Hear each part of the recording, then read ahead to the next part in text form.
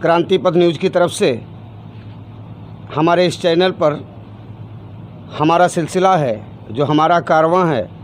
हम गांव में जाते हैं, गलियों में जाते हैं, अव्यवस्था को देखते हैं, पीड़ितों की आवाज़ को रिकॉर्ड करते हैं, पीड़ितों को अपने चैनल पर आमंत्रित करते हैं, उनकी आवाज़ बनते हैं।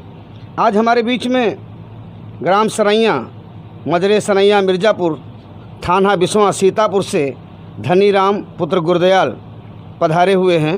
धनीराम जी, आप हमारे चैनल पे आए, इसके लिए हम आपका स्वागत करते हैं और आपकी आवाज़ हम शासन तक पहुंचाने का काम करेंगे।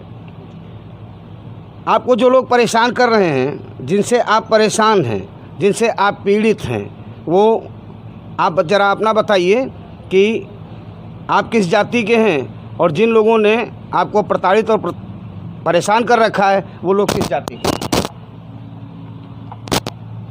हम हरिजन हैं और वो सोबरन हैं और हमको नाजायज़ तंग करते हैं और घर को जाने नहीं देते हैं। इतना बताइए, आप किस जाति के हैं, वो लोग किस जाति के हैं? वो यादव हैं और हम हरिजन हैं। हरिजन माने कौन सी जाति? चमार।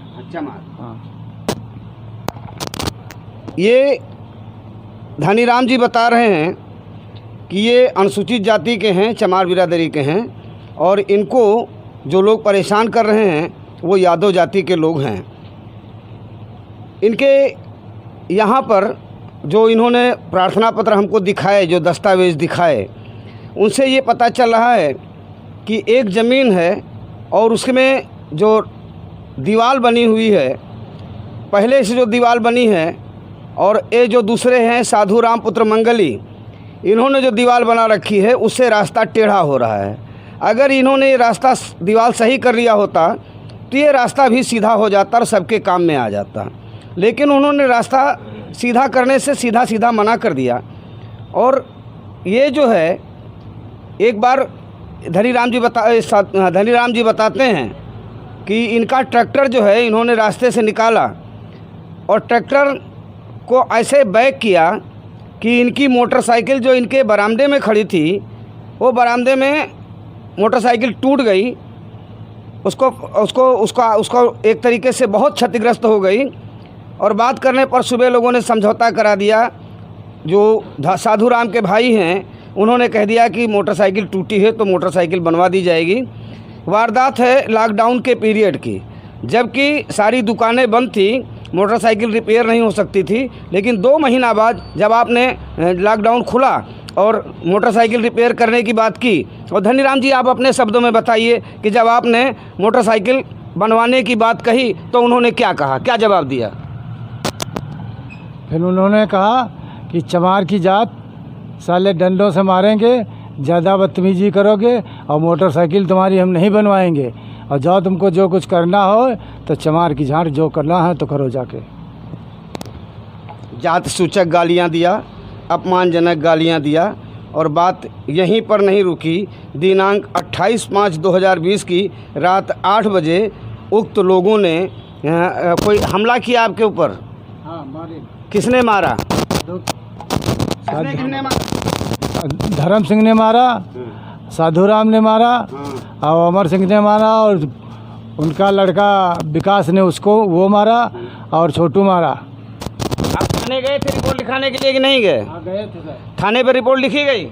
थाने पे गए थे तो दरोगा जी कोतवाल साहब ने हमको भगा दिए और गाली दिए, अनुसूचित जाति के नहीं भोसड़ी के, भाग जाओ साले, और नहीं तुमको मारेंगे पीटेंगे और गुंडाई करते हो, और तुमको बंद कर दिया हमको।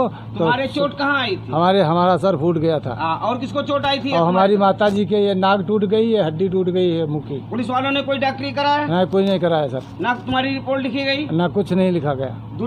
दूसरी पार्टी की रिपोर्ट लिखी गई? उसकी भी NCR लिखी गई और उसको FIR, उसको हाँ रिपोर्ट लिखी गई उसको सीतापुर रेफर कर दिया गया और हमारा कुछ नहीं हुआ सर। किस थाने का मामला है? ये बिसवा थाने का है।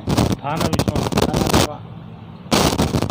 चलिए, ये सीतापुर जनपद के थाना बिसवा का मामला है कि जिसका नुकसान होता है दबंगों द्वारा, उसी की पिटाई होती है और जब थाने में जाते हो थानेदार भद्दी भद्दी गाली दे करके भगा देता है और जो लोग मारते पीटते हैं उन्हीं के तरफ से मुकदमा लिख करके इस व्यक्ति को इतना परेशान कर दिया जाता है कि आज घर छोड़ने के लिए मजबूर है। इस बात का इन्हें डर सता रहा है जिस दिन गांव जाएंगे, परिवार को जाएंगे तो इनकी हत्या हो सकती है और मारा जा सकता है। हमारे साथ में क्रांतिपथ न्यूज़ के संपादक केशवराम गौतम जी हैं और मैं स्वयं डायरेक्टर रमाशंकर भीम। आप जरा सा ये बताइए कि जब आपकी थाने में रिपोर्ट नहीं लिखी गई तो आपने उच्चाधिकारियों को प्रार्थना पत्र दिया? हाँ दिया सर। किसको किसको प्रार्थना पत्र दिया? अरे पकड़ो ना। उनको दिए थे। कप्तान साहब को दिया? हाँ कप्तान साहब को दिया। मुख्यमंत्री जी को दिया? हाँ दिया सर। रजिस्ट्री डाक से भेजा? हाँ, दिया। ऑनलाइन प्रार्थना पत्र भेजा? ऑनलाइन भी किया। ठीक है। अब तक कोई सुनवाई नहीं हुई? कोई सुनवाई नहीं हुई। कोई जांच नहीं हुई? कोई जांच नहीं हुई। कैसे चलेगा प्रदेश? कैसे सुधरेगी कानून व्यवस्था और कैसे मिलेगा कमज़ोर लोगों को न्याय? क्या न्याय थाने पर बिके गया? क्या न्याय बड़े पैसे वालों को ही मिल पाएगा? क्या पुलिस वहीं कार्यवाही करेगी जहां उसकी जेब गर्म होगी? कैसे जांच नहीं किया श्रीमान कप्तान महोदय सीतापुर और माननीय मुख्यमंत्री महोदय?